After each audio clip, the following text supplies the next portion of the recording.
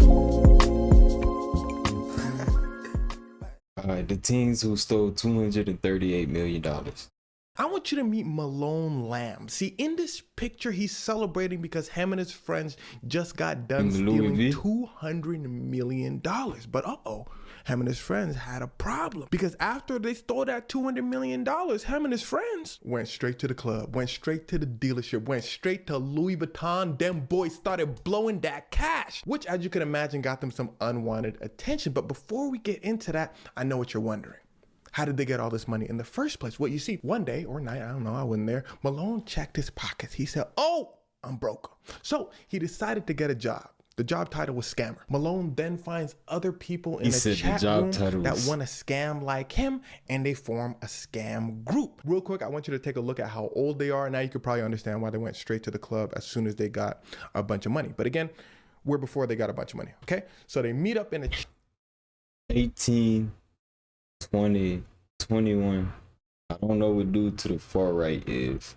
The dude with the question mark is 19, 20. Chat room. Malone said, look, I'm trying to shine like the rappers in them. Take pictures. Smile for the camera like Uzi and them with the handbag. Who with me? His fellow scammers, Veer and Jondell, remember those names, said, yes, let's do it. Oh, and they did it. Them boys got good fast. And what they were doing was they were stealing cryptocurrency from rich people. And when I say stealing, I mean a couple $100,000 here, a couple million there. And here's where it starts to get wicked. As they're stealing money from these rich people, one day they find somebody who's super rich. They don't know how rich this person is just yet, but they know they're rich. So they decide to do their usual scam. They get this rich person's email information and they start, let's say, spamming this email so it looks like it's getting hacked, right? So this rich person is getting alerts like, oh man, somebody looks like they're trying to log into your account. The rich person freaks out a little bit. But as this rich person, let's call them Richie. As Richie, the rich person, Richie is freaking out, he gets a phone call. Ring, ring, ring. It's from one of the boys. It's from one of the scammers. They said, hey, this is Google. It looks like your email is getting hacked. So why don't you, Richie, give us your email and password so we can log on and figure out what's going on for you. Richie says, my email and password? What you need that for? They said, to calibrate the email. You guys are Google, so you guys know what you're talking about. Here's my email and password. Richie gives them his email password, but that's not enough. They also need Richie's two-factor authentication code, okay? But it's a little suspicious if you're asking for all this information. So Google, the scammers, they hang up. Richie gets another call. Ring, ring, ring. Richie said, hello?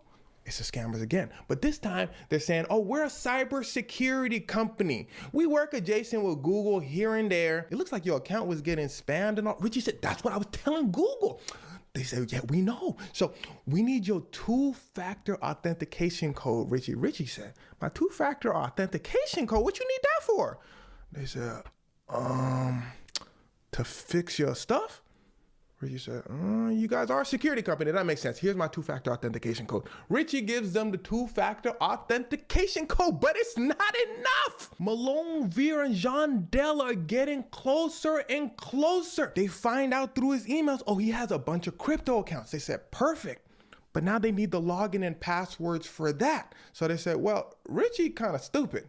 So let's just try calling them again. Ring, ring, ring. They said, Richie. Richie said, what's good, cybersecurity company? They said, we need you to download this app on your computer called AnyDesk. What AnyDesk lets you do is it lets you see what somebody's doing on their computer. Richie said, why y'all need me to do? They said, Richie, just do it. Richie said, all right, I'll do it. He downloads AnyDesk.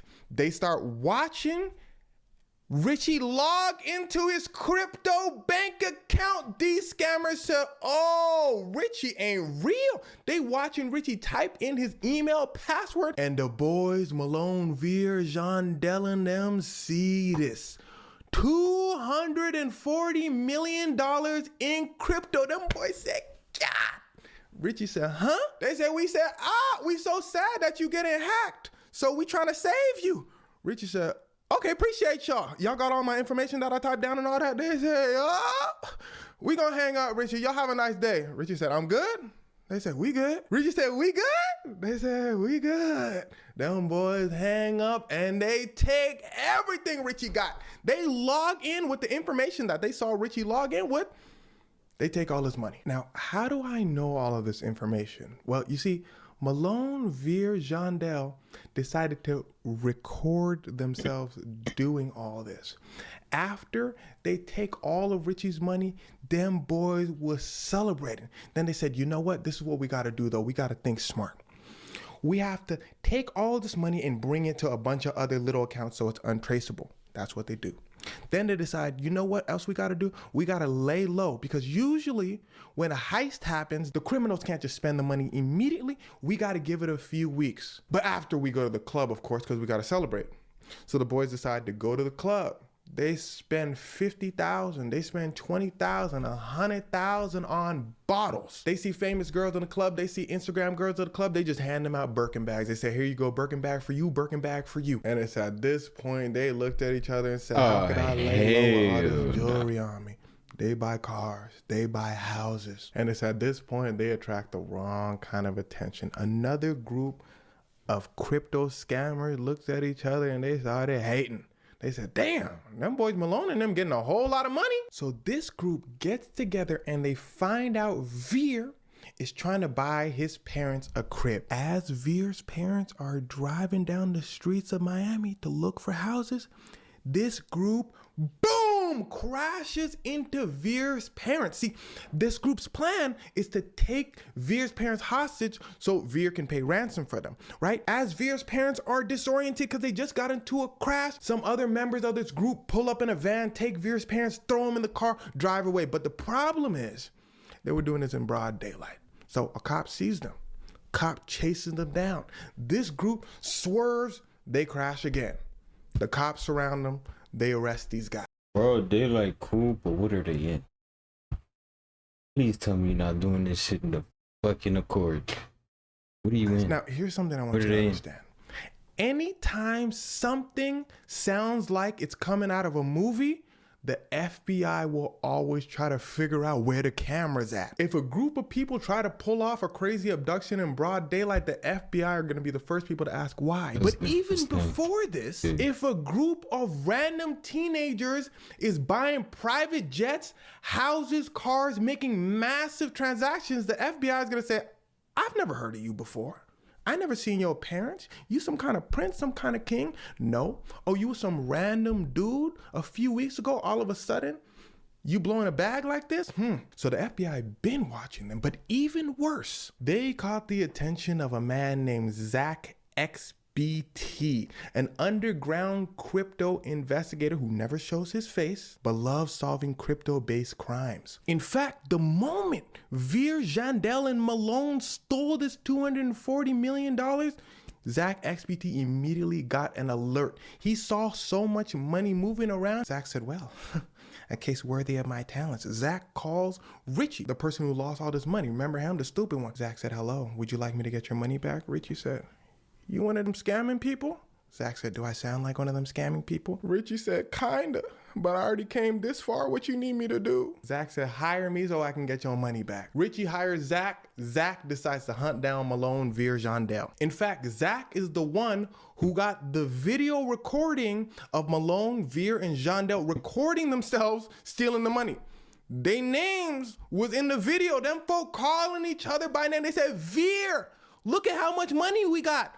Malone Lamb, look how much money we got. It's always somebody for the job. Make this up. Ding, ding, ding. Zach gets in touch with the FBI. He starts helping the FBI out, giving them the video, giving them all the information. The FBI said, appreciate you. And then, well, the FBI does their thing. The oldest FBI trick in the book.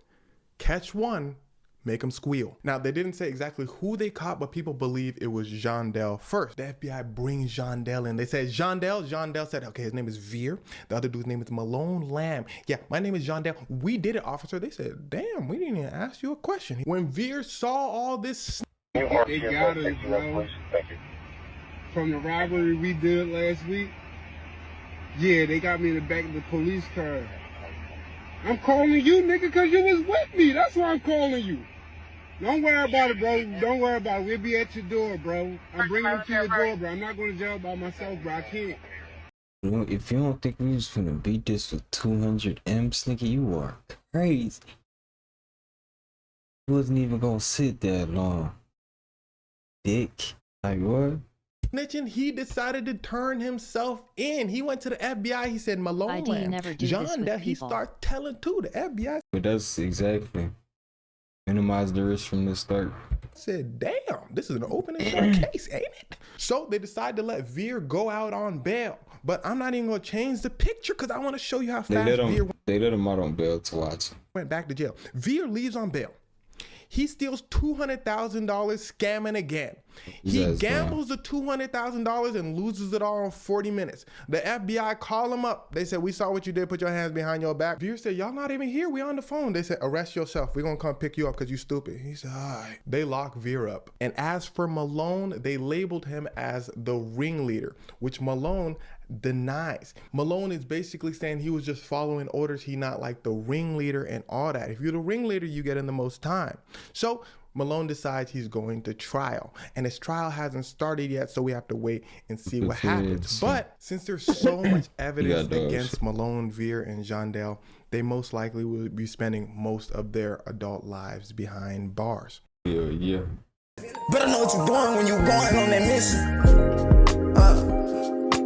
I know professional shooters and I get them niggas pissed. But for that drill, they walk down. My young niggas most so sick. I try to teach this bitch a lesson. That little bitches wouldn't rinse. I tired of lectures. Now I'm sending all these hoes to the tip. I put my city on loose swag. Little bitch, check out my invention. When BR niggas get a bag, we heading straight to the dick. I'ma put some diamonds in my dick. Reach for my jewelry, I leave you crimson.